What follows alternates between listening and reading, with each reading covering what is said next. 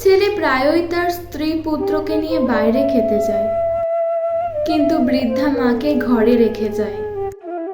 ছেলে মনে করেছে মা বুড়ো মানুষ, হোটেলে খেতে যাওয়ার ইচ্ছে নেই, তাই কোনোদিন সেধেও দেখেনি। একদিন নাতি বায়না ধরল, দাদিকেও আজ সাথে নিয়ে যেতে হবে। অনিচ্ছা সত্ত্বেও বুড়ো মাকে নিয়ে যেতে হলো সাথে। হোটেলে খেতে গিয়ে মায়ের খুশি আর ধরে না। নাতির সাথে মিলে খুবই আনন্দের সাথে সবকিছু চেটে পুটে খেলেন। ছেলেকে এক ফাঁকে জিজ্ঞেস করলেন, হ্যাঁ রে খোকা, একবার হোটেলে খেলে কত টাকা বিল আসে? ওটা জেনে তোমার কি লাভ? তবুও বল না শুনি। ওটা নির্ভর করে খাওয়ার ওপর।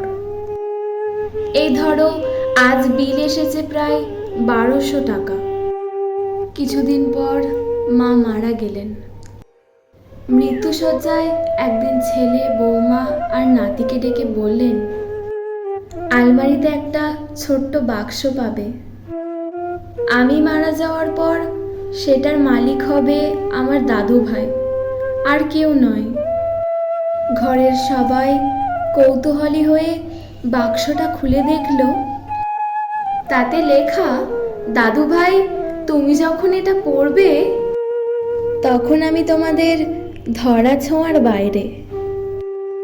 কিছু টাকা রেখে গেলাম, আরও কিছু টাকা আমি আর তোমার দাদা ভাই তোমার জন্য আলাদা করে রেখেছি।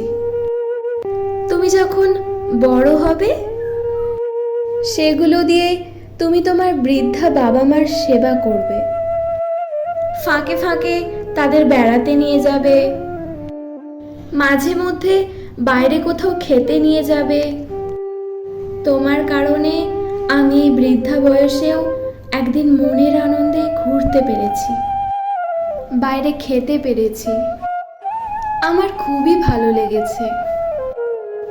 আমাকে যেমন আনন্দ দিয়েছো, বাবা মাকেও তেমন আনন্দ দিও। কেমন?